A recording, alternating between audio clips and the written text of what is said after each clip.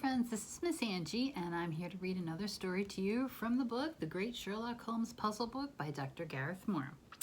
Last week I read to you a story called Crossing the Thames. I'm going to read that story, I'm going to read the answer, and then I'm going to read a new puzzle for you called The Three Children.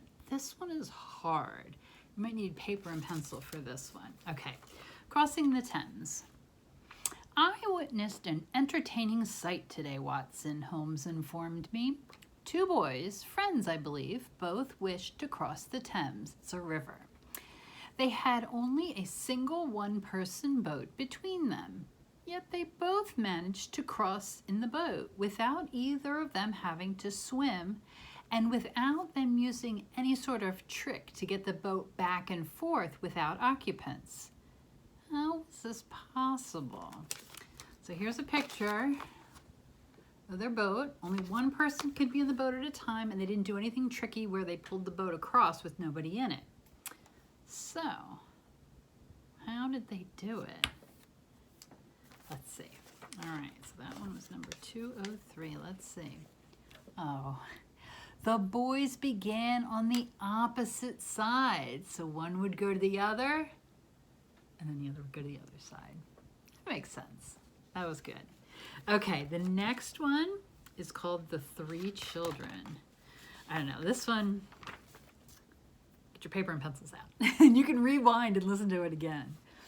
Holmes once had a visit from an old acquaintance whom I had never met before. I found them chatting freely in the way he seldom did with me as I came in to offer some tea.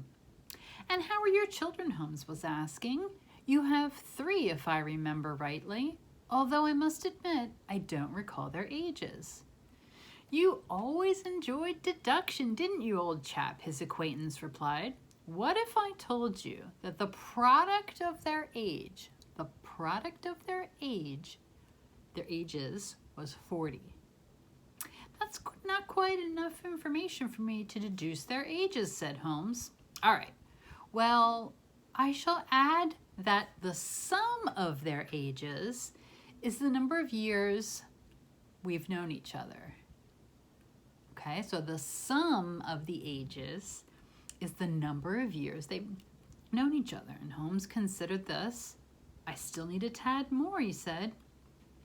"Finally, the youngest was our first summer baby born in July."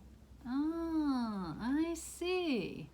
Holmes suddenly turned to me. "Why don't you tell this gentleman the ages of the children then, Watson?" I balked.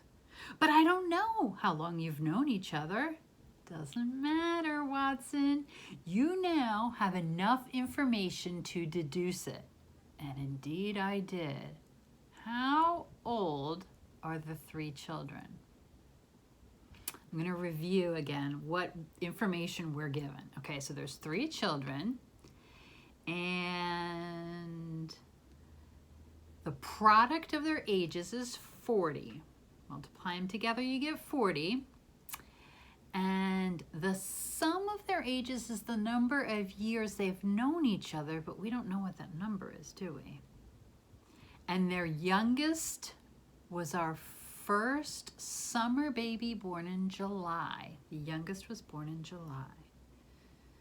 I don't know.